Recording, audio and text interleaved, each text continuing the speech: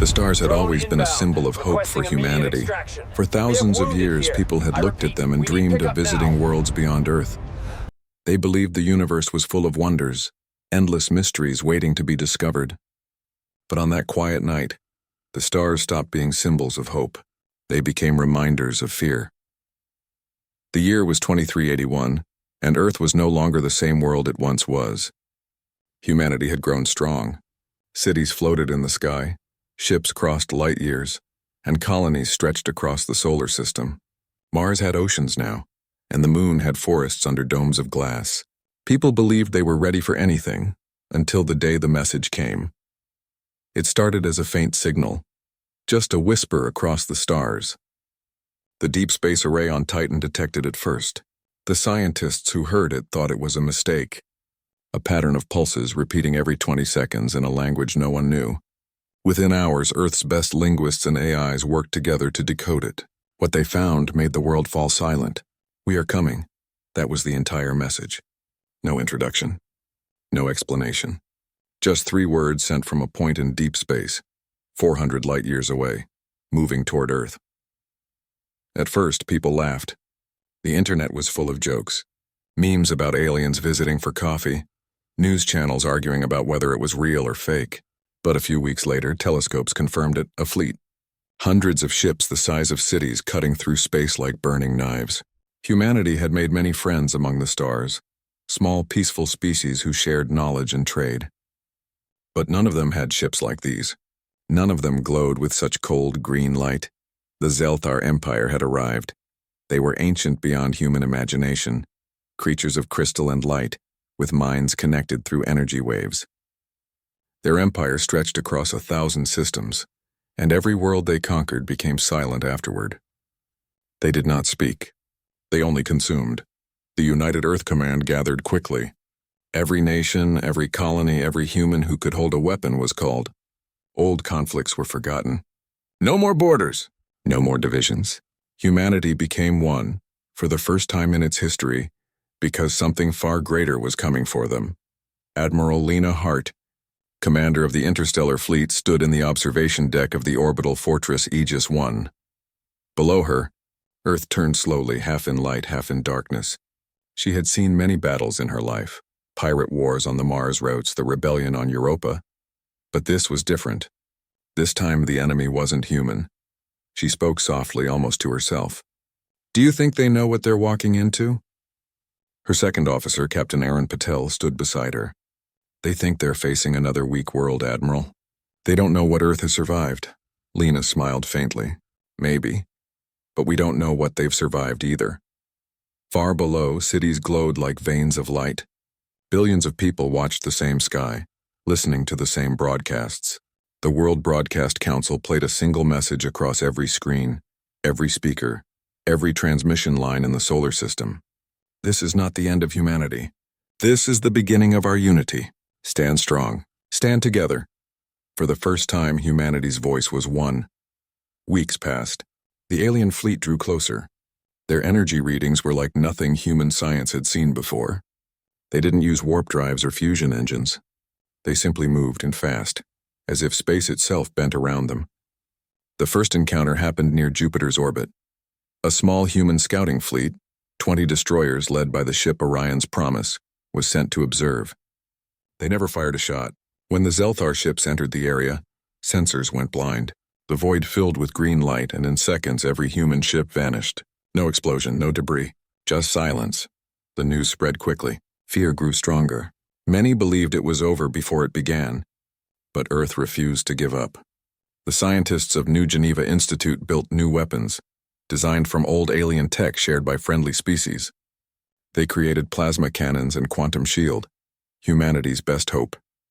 When the enemy fleet finally entered the solar system, it looked like a storm swallowing the sun.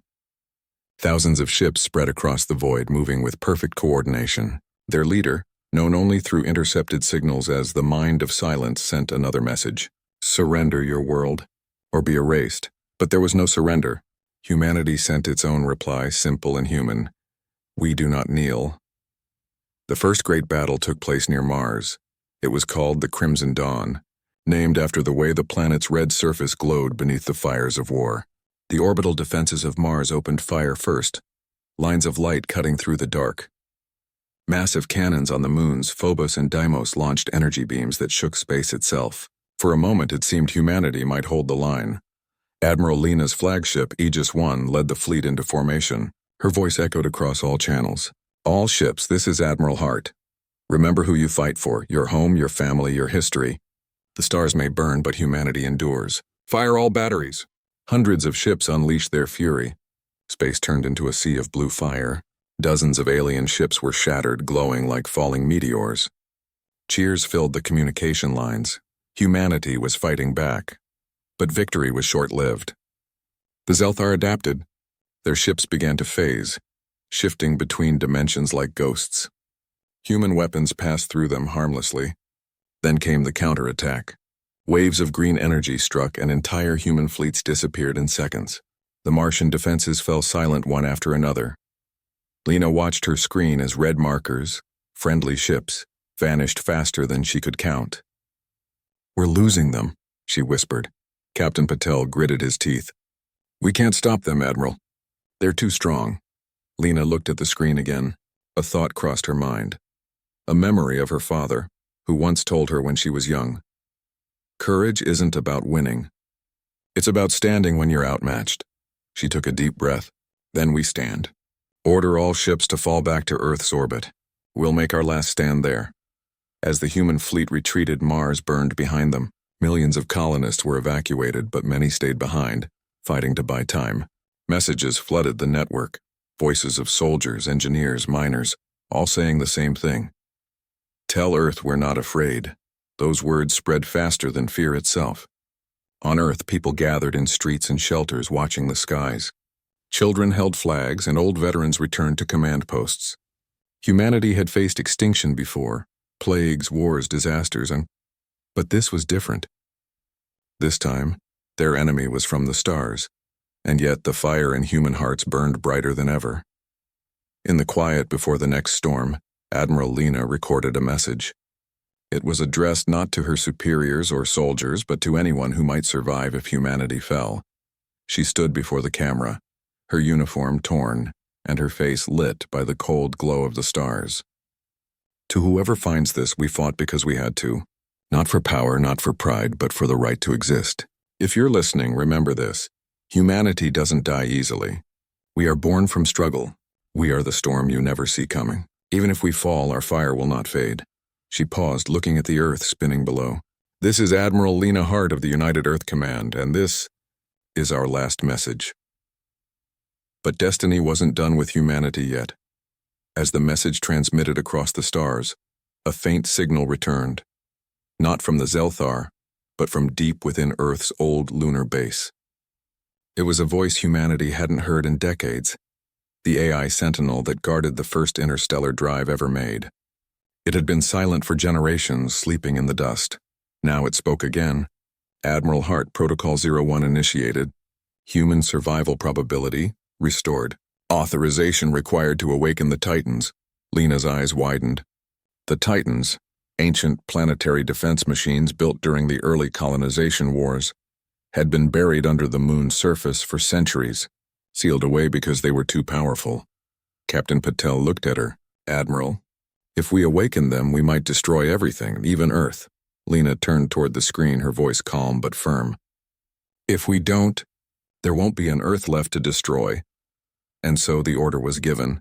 Under the cold silver light of the moon, ancient machines began to stir. Dust rose as massive structures broke through the lunar crust. Beams of light reached toward the stars, humanity's sleeping giants awakening after centuries of silence.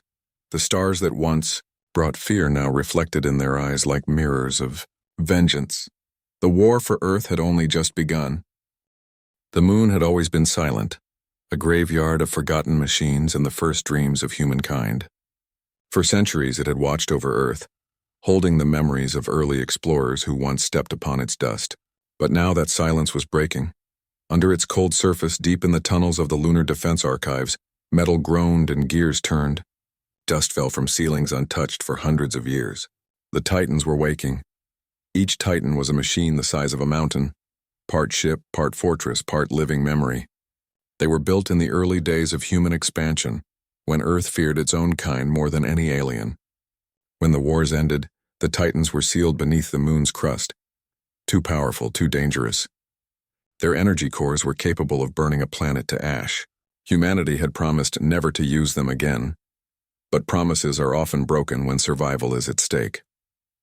Admiral Lena Hart stood in the command room of Aegis I, her eyes fixed on the holographic display. The moon glowed faintly as seismic readings spiked. Captain Arun Patel stood beside her, typing commands into the control console. "Core signals confirmed," Patel said. 3 Titans are active: Atlas, Prometheus, and Hera. Energy cores are stabilizing. Lena exhaled slowly. After 2 centuries of silence, they still answer the call. The communication officer turned toward them. "Admiral, we're receiving a transmission. It's from the Sentinel AI." The hologram flickered and a voice, deep and calm, filled the room.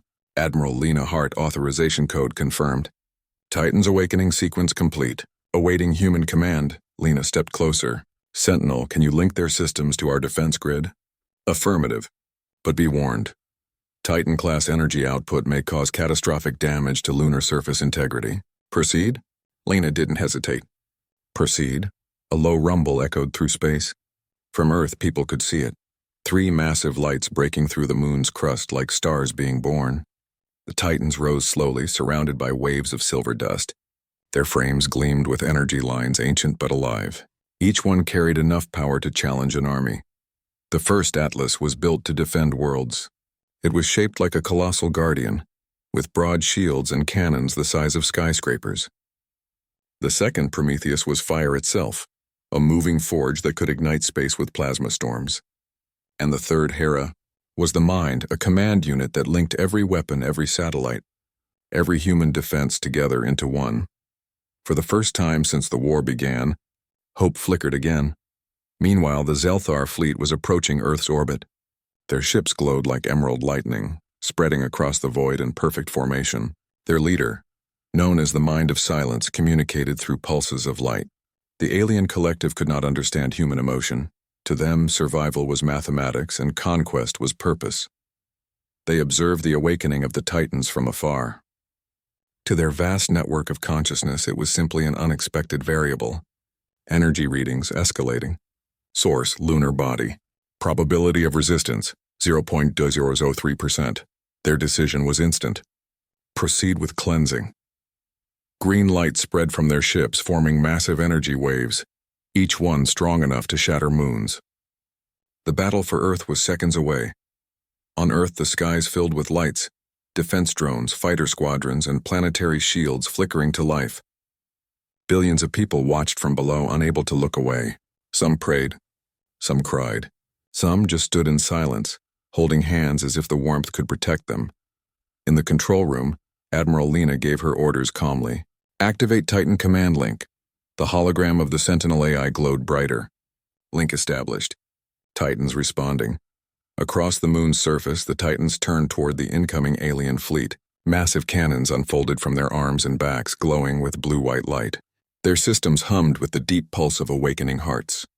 "Targets locked," Sentinel said. "Permission to fire?" Lena's voice was steady. "Permission granted." The void exploded with light. The Titans fired as one, 3 beams of unimaginable power cutting through space. The first wave of Zelthar ships was vaporized instantly. The green lights flickered, then vanished. The shockwave hit the alien formation, tearing their perfect pattern apart. For the first time, the Mind of Silence hesitated. Unexpected resistance. Probability recalculating? Human fleets roared forward, emboldened by the sight. The Aegis I led the charge, followed by hundreds of smaller ships from Mars, Venus, and the colonies. Plasma fire filled the void, a storm of human fury meeting alien precision. Admiral Lena's voice echoed through every channel. "Let them see what it means to face humanity." The battle raged for hours. The Zelthar were powerful, but they had never fought beings that refused to yield. Human ships fought even when their weapons failed, even when their engines burned. They rammed into enemy vessels, sacrificing themselves to protect others. Every explosion was a story of courage, but even courage had limits. The Zelthar began to adapt. Their ships changed form, adjusting their energy frequencies to block human attacks. One by one, the outer human fleet started to fall. The Mind of Silence sent a new command: engage the Titans, remove the threat. Dozens of Zelthar dreadnoughts turned toward the moon. Their green energy lances struck like lightning. Prometheus took the first hit. Its armor shattered, pieces of molten metal drifting away. Inside its core, the ancient reactors trembled. Sentinel reported, Prometheus sustaining critical damage. Core stability, 42%. Divert energy from Atlas to Prometheus, Lena ordered. Energy transfer complete. Core stabilizing. The Titans fought back with everything they had. Beams of blue light tore through the alien ships. The moon shook as shock waves rippled across its surface. Even Earth's oceans responded, tides rising higher than ever before. Down below, people could see flashes in the night sky, bright as sunrise. Children pointed and whispered, "The moon is fighting for us." But deep within the Zelthar fleet, something darker awakened, the Void Engine. It was the heart of their empire, a weapon that consumed stars. The Mind of Silence activated it, and space itself began to twist. A black sphere appeared near the edge of the solar system, devouring everything in its path. On the Aegis 1, alarms screamed. "Admiral, gravitational readings off the scale. They've opened a singularity." Captain Patel turned pale. "If that thing reaches Earth's orbit—" "I know," Lena said. Her mind raced. "Sentinel, can the Titans contain it?" "Negative. But one Titan may sacrifice itself to neutralize the singularity." Lena hesitated. To lose a Titan would mean losing part of Earth's last hope. But if she didn't act, everything would end. Which Titan has the highest chance? Prometheus. Its plasma core can counter the gravitational pull for 72 seconds. She nodded slowly. "Tell Prometheus to do what it was born for." On the moon, Prometheus turned its burning eyes toward the black sphere. Its systems were failing, its armor cracked and smoking, but it moved forward step by step, pushing through the emptiness of space. Each step shook the lunar surface below. Lena watched silently. "Goodbye, old friend." The Titan raised its arms, gathering all remaining power into its chest. The plasma within it glowed brighter than the sun. Then, with one final surge, Prometheus hurled itself into the singularity. The explosion that followed was beyond description. Light filled the solar system brighter than any dawn. The void collapsed and the black sphere vanished. The moon cracked, its surface splitting in places, but the rest of the system held together. Prometheus was gone. When the light faded, the battlefield was silent. Half the Zelthar fleet was destroyed, the rest retreating. The Mind of Silence, its calm finally broken, sent one last signal before disappearing into the depths of space. "We misjudged you." The remaining human ships regrouped. Cheers echoed across the comms. Earth was still alive, barely, but alive. Yet the cost was heavy. Thousands of ships lost, millions gone, and one Titan sacrificed. Admiral Lena stood on the deck of Aegis 1, looking out at the moon's broken surface. "He gave everything," she whispered. Captain Patel nodded. "Prometheus saved us all." Lena turned back to the console. "No, he bought us time. They'll be back. And when they come, we'll be ready." Hours later, as Silence returned to space, a small message began transmitting from the remains of Prometheus's core, a single faint signal repeating through the void. "We endure." That signal spread across every human world, every colony, every outpost in the dark. It became more than just a phrase, and it became a promise. A new beginning. Because even in the face of cosmic power, humanity had proven one truth. They may fall, but they never surrender. The stars were quiet again. After the great battle near the moon, silence filled space.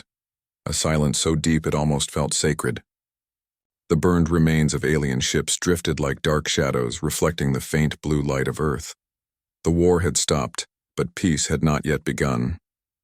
For a moment, humanity had survived. But survival came with a cost. One Titan lost, millions of lives gone, and scars that no time could easily heal. The ashes of victory in orbit. The great ship Aegis 1 floated above the cracked surface of the moon. Fires still burned there, thin lines of orange light in the shadows of craters. Admiral Lena Hart stood before the observation window, her uniform covered in ash and dust.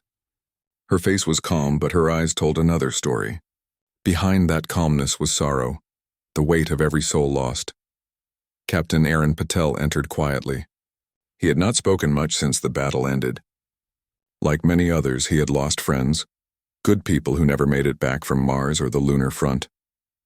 "Admiral," he said softly, "Earth Command wants to hold a ceremony tomorrow." "For the fallen?" Lena nodded slowly. "Yes, they deserve that much." He hesitated before adding, "And they want you to speak." Her eyes turned toward the stars. "Then I will." She looked back at the cracked moon. Prometheus burned to protect us. But it wasn't only the Titan.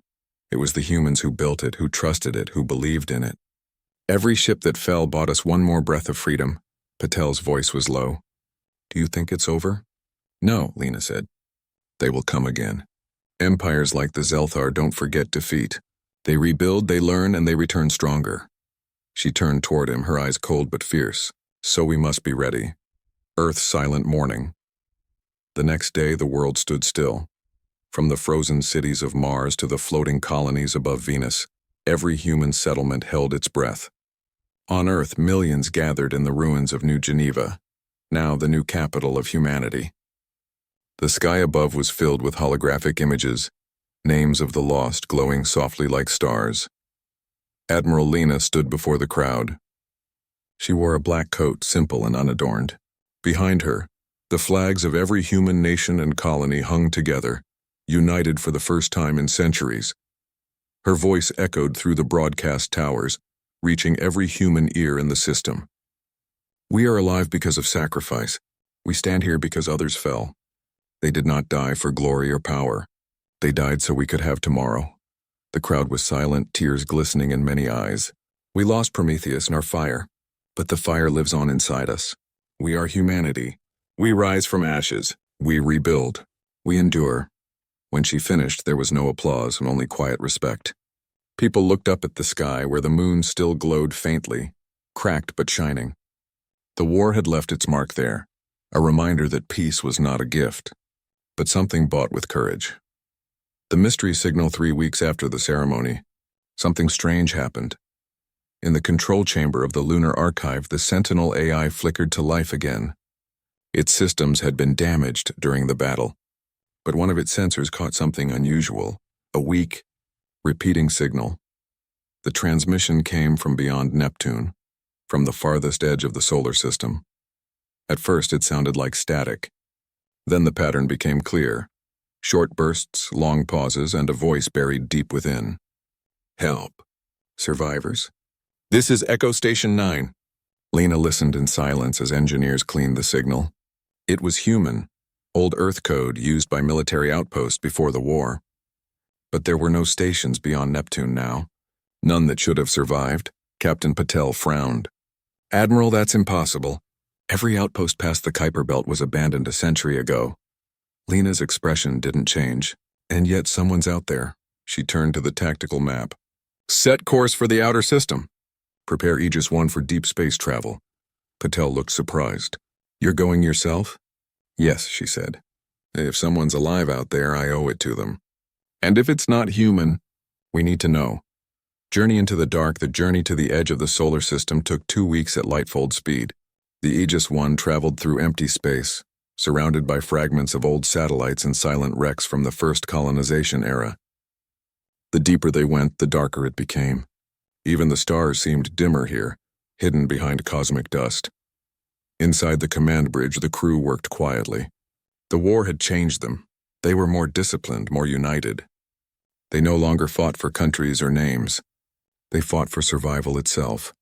Patel broke the silence. "You think this signal could be a trap?" Lena's eyes stayed on the holographic screen. "Maybe. But if the Zelthar wanted to attack again, they wouldn't need tricks. They'd come like before and with fire." She looked thoughtful.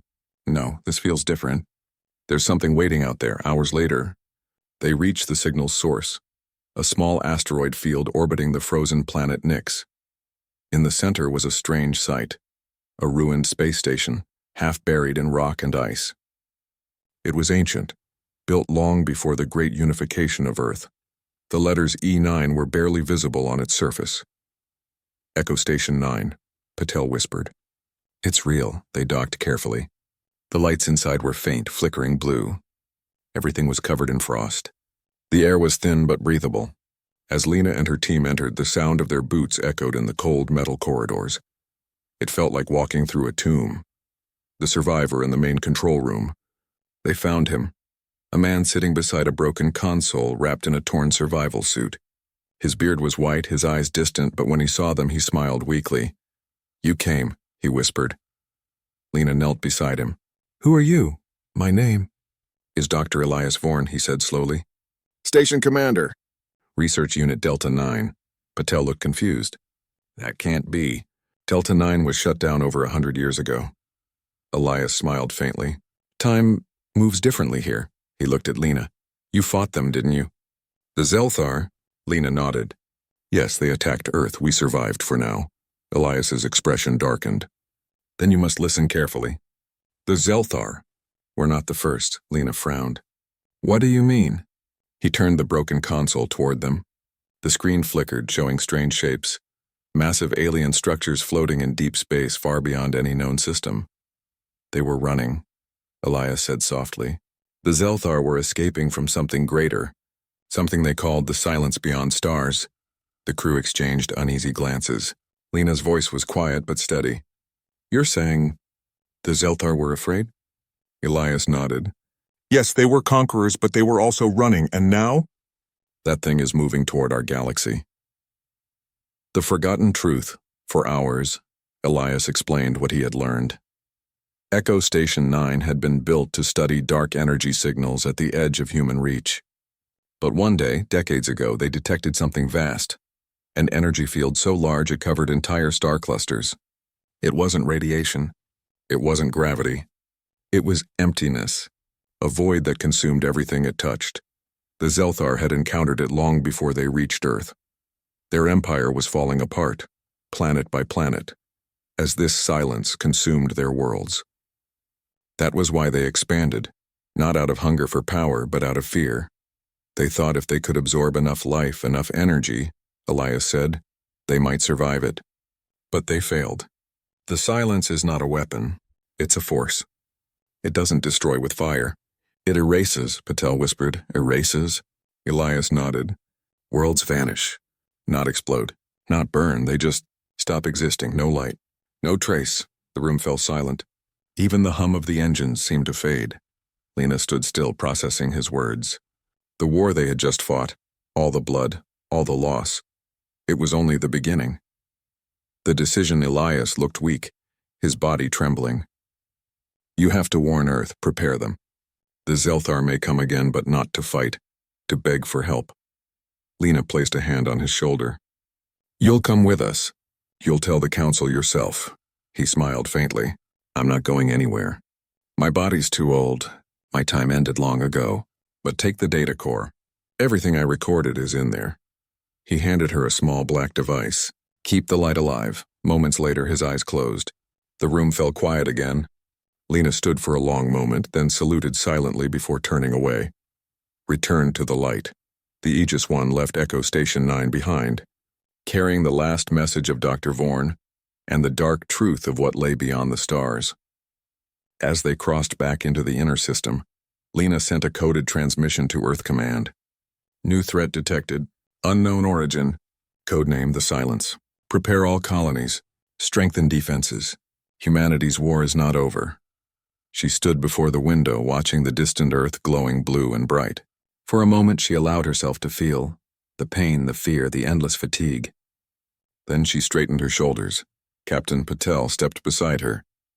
Do you think we can fight something like that? Lena's voice was quiet, but there was steel in it. We'll find a way. We always do. Far behind them, the dead station drifted quietly in space. Its lights flickered once, twice, then went out completely.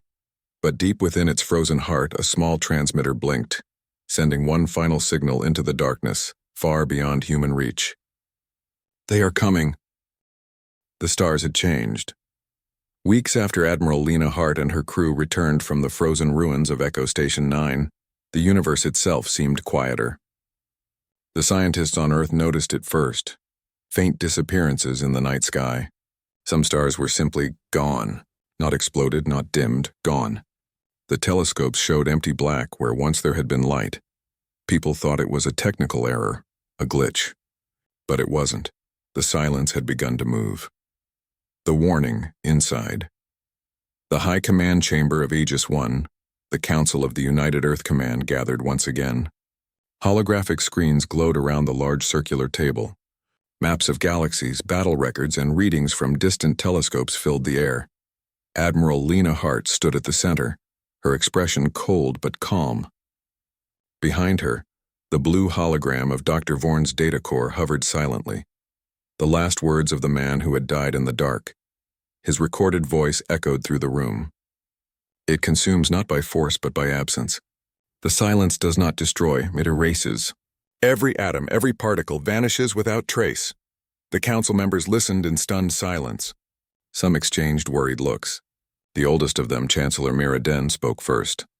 Admiral Hart, you're telling us this silence is moving toward our galaxy? Yes, Lena replied. Dr. Vorn's data is clear. The Zelthar Empire was fleeing from it for centuries. They reached us because they were desperate. We thought they attacked for conquest, but maybe it was for survival. General Isaac Thorne frowned. And you think it's coming for us? Lena's eyes met his. It's not coming for us.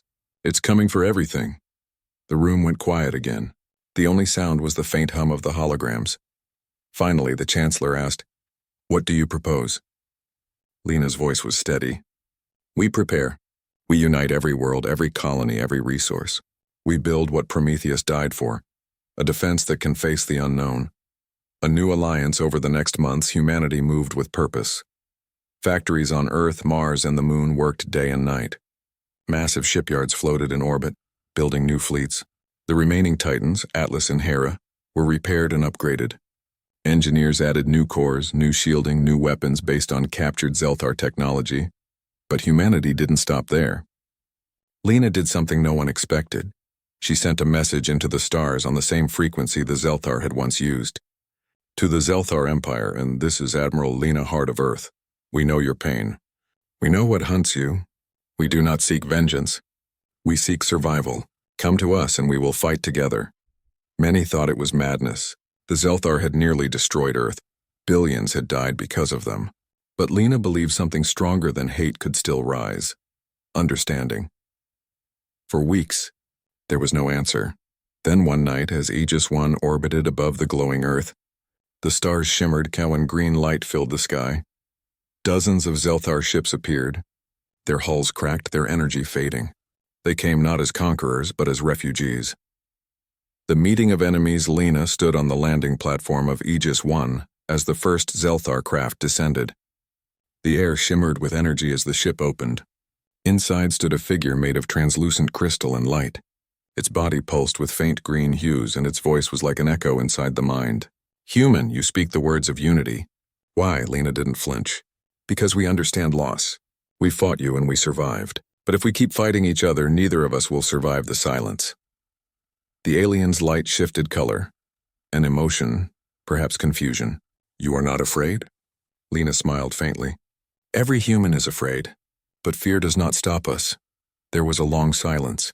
Then the Zelthar lowered its head. We accept your offer. And so something impossible happened. The enemies who once burned each other's worlds began to build together. The construction of hope. They called it Project Dawnbreaker, a plan to create the largest defense network in human history. Zelthar engineers shared their crystal energy systems, while humans provided plasma reactors and artificial intelligence. Together they built the Aegis Array, a ring of stations stretching around Earth's orbit, designed to detect and fight anything entering from deep space. Underneath the surface of the Moon, the two remaining Titans, Atlas and Hera, were awakened fully. Their massive frames stood side by side, silent guardians of humanity's home. The Sentinel AI, now merged with Zelthar code, oversaw their connection. Integration successful. Human and Zelthar systems synchronized. Energy output stable. Captain Patel watched the readings. Never thought I'd see the day aliens and humans worked on the same code. Lena gave a faint smile. Maybe this is what Prometheus wanted us to learn, that even enemies can build something greater than war. The stars go. Dark for a while, it seemed like hope had returned. Trade resumed between the colonies, and the people of Earth began to believe in peace again. Children grew up hearing stories of courage, not destruction. But one evening, while Lena stood alone in the observation deck, she noticed something. A faint patch of darkness at the edge of the star map. It wasn't a missing signal this time. It was spreading ways fast. "Sentinel," she said quietly. "Show me region Theta 9.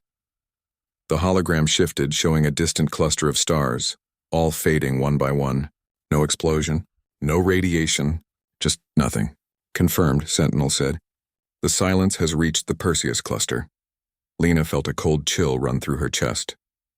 "How long until it reaches our sector?" "At current rate of progression, 7 years." She turned to Patel, who had just entered.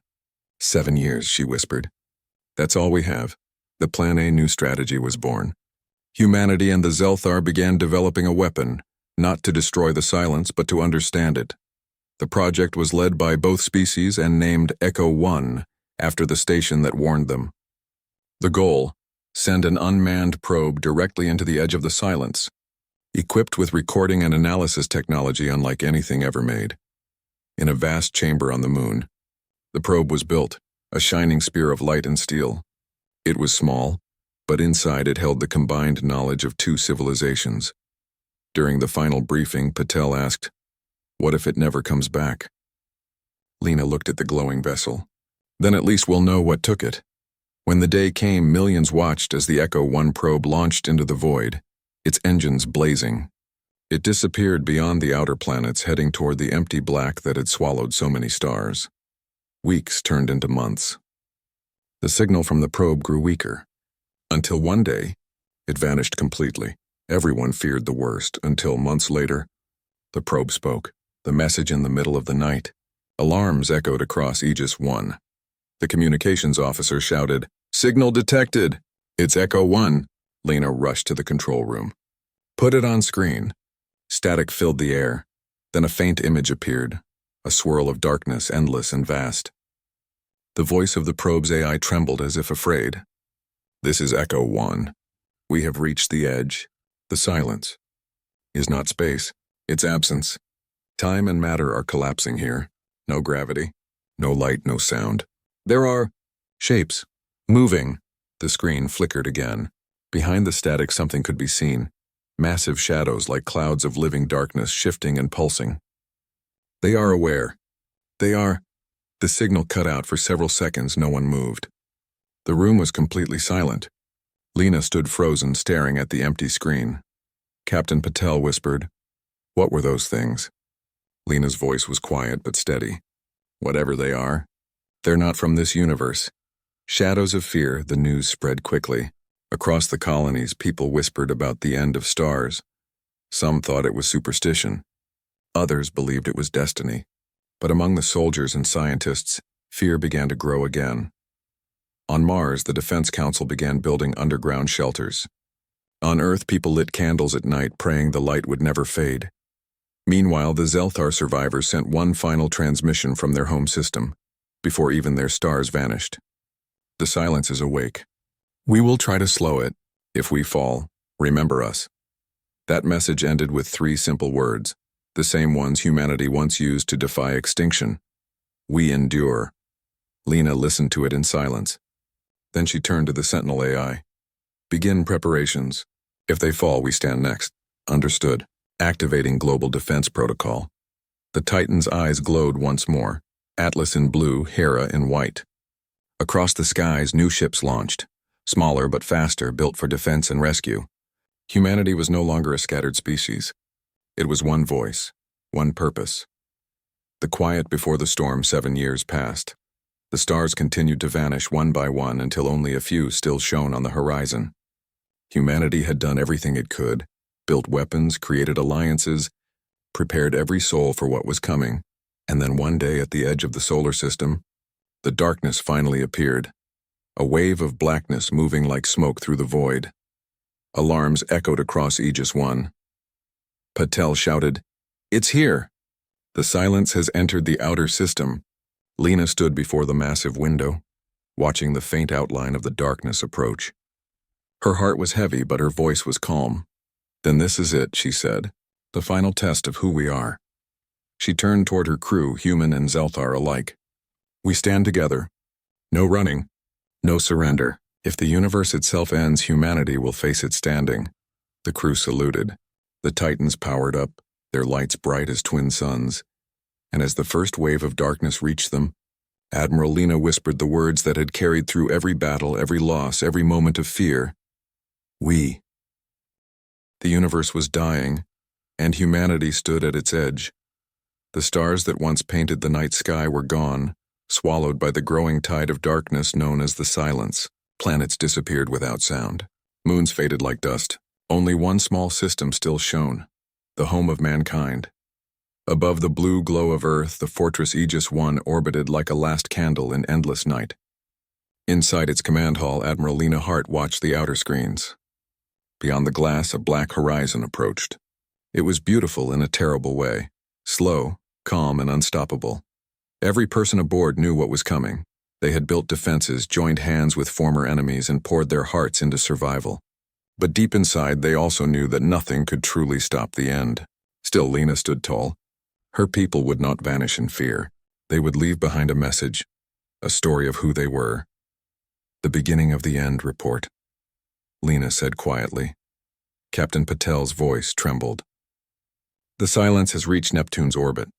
The outer fleet has lost contact. Lena closed her eyes for a moment. Any signs of resistance from the Zelthar? Yes, Admiral, Patel replied. Their last transmission came from the Vega sector. They say, we hold for you, and then, nothing. The room fell silent. The last of humanity's allies were gone.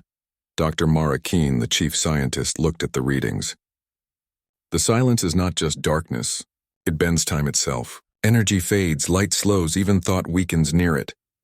And yet, Lena murmured, it still moves closer. On the screen, the void seemed to pulse, like a living thing breathing in the cold of space. The human spirit down on Earth. Billions prepared for what they called the stillness hour. Cities dimmed their lights to conserve power. Families gathered on rooftops, looking up at the last clear stars. Children held candles, and teachers told stories of the past, stories of explorers, dreamers, and builders. Humanity was facing the end, but they were doing it together. Lena watched one of the broadcasts on a small screen beside her command chair. A little boy stood on a balcony waving toward the sky. We are here, he shouted. Don't forget us. The Admiral felt her chest tighten. She turned away quickly, wiping the corner of her eye. They deserve to be remembered, she said softly. Patel nodded. They will be, Admiral. You'll make sure of it. The plan of memory, while the soldiers prepared for the final defense, scientists worked on something more powerful than any weapon, Project Legacy. It wasn't a ship or a cannon. It was a message, a sphere made of indestructible crystal alloy, designed to survive even when the universe collapsed. Inside it, they placed everything, human art, music, languages, history, and voices from every colony. It would carry the soul of humanity. Lena gave the final approval. When the end comes, she said, send it far from the silence. Let it drift beyond the reach of time. Even if no one ever finds it. At least we tried. Dr. Keene smiled faintly. A memory against nothingness. That's a very human thing to do. The first touch of darkness. Hours later, alarms echoed through Aegis I. The silence has entered Saturn's orbit, cried a voice from communications. Lena and Patel hurried to the observation deck. They saw it, a wall of darkness spreading like smoke, swallowing the light of distant stars. The rings of Saturn glowed for one last moment, then dissolved into dust. The crew watched in awe and fear. There was no explosion, no noise, just erasure. Even space itself seemed to shake. Power readings dropping, said Patel. The field is interfering with everything. Lena pressed her hand against the cold glass. So this is what the Zelthar feared all along. The AI Sentinel's voice echoed calmly, though even it seemed slower. Defensive grid activated. Aegis array charging. Titans Atlas and Hera standing by. The giant defense mechs powered up across the moon's surface, their cores glowing bright blue and white. Their eyes turned toward the darkness. The final battle it began when the first wave of the silence met the outer line of defense. Lasers and plasma fire blazed. across the void, but the beams vanished before, touching the blackness. The void consumed energy itself. Ships tried to ram it, to explode near it. Nothing worked. Each one disappeared without even a spark. Inside Aegis 1, panic grew. "We can't stop it, Admiral. Everything we throw just—" "Keep firing!" Lena ordered. "Every second counts." The Titans launched from the moon, their engines roaring. Atlas swung its massive energy blade into the dark. Hera unleashed a pulse that split the void. For a moment, light burst through, revealing shadowy forms moving inside the silence. Shapes like enormous wings, eyes glowing faintly. As if something alive hid within the nothingness, Patel whispered, "They're alive." The silence. "It's full of them." Lena stared in disbelief. So it wasn't just emptiness. It's a hunger. The creatures reached forward, and both Titans vanished into the dark. The decision the command hall shook as energy surged. "Containment field's failing," shouted Keen. "We have hours at most." Lena looked around the room. Everyone was tired, yet no one ran. No one begged. They were ready. Patel turned to her. "Admiral, we've sent the legacy capsule to the edge of the system. It's ready for launch," she nodded slowly. "Then it's time." They walked together to the launch chamber where the golden sphere rested in its cradle. Symbols of Earth and Zelthar glowed on its surface. Two empires that had once been enemies now united in a single hope. Lena placed her hand on it. "Carry our voice," she whispered. "Tell whoever finds you that we lived, we dreamed, and we fought for each other." Dr. Keen initiated the sequence. "Launch in 10. Outside the station, the capsule ignited its engines, streaking away into the black sky. Humanity's last whisper sent into eternity. The message: with the capsule gone, Aegis 1 prepared for the end. Lena sat in the captain's chair and opened a direct channel, one that would broadcast her voice through every colony and ship still alive. "This is Admiral Lena, Heart of Earth. If you can hear this message, know that humanity stands to the last. We have seen the stars die. We have watched worlds vanish. But we did not give up. We fought beside those who were once our enemies. We learned what it means to be one race, not of blood but of spirit. The silence is coming for us now, but we are not afraid. We send this message not in despair but in hope. If life ever rises again, if another world finds our words, remember, we were here. We dreamed. We built, we loved, and we endured." When she finished, the transmission continued to echo, carried on every frequency. People on Earth heard it, crying and smiling through tears. In orbit, soldiers saluted toward her ship. Even the remaining Zelthar ships blinked their lights once, a gesture of respect, before the darkness took them. The final light minutes later, the silence reached the moon. Aegis 1 trembled as the wave approached. Lights flickered. Metal groaned. Patel gripped the railing. "Admiral." "There's no time," Lena smiled gently. "There never was."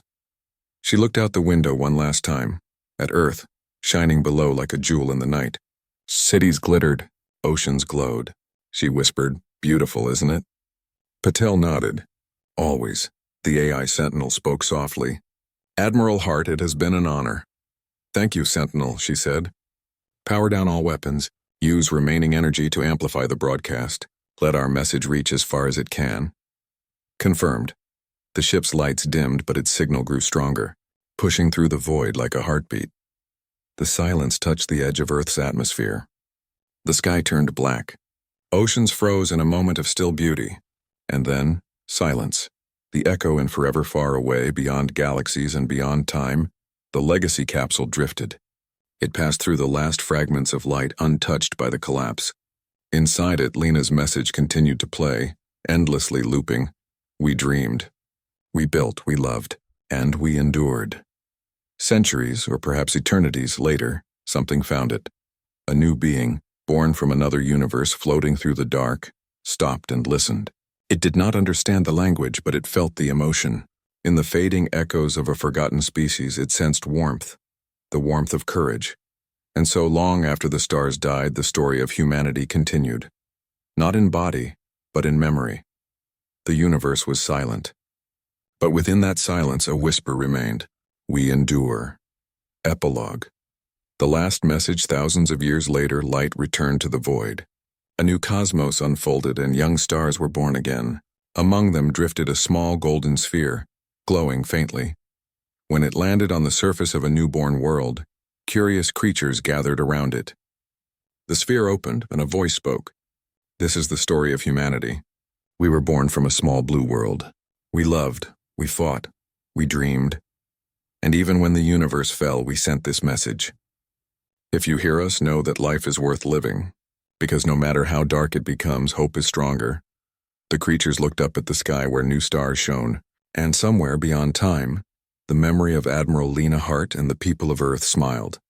For though their bodies were gone, their message lived forever, a reminder that the light of humanity could never truly fade.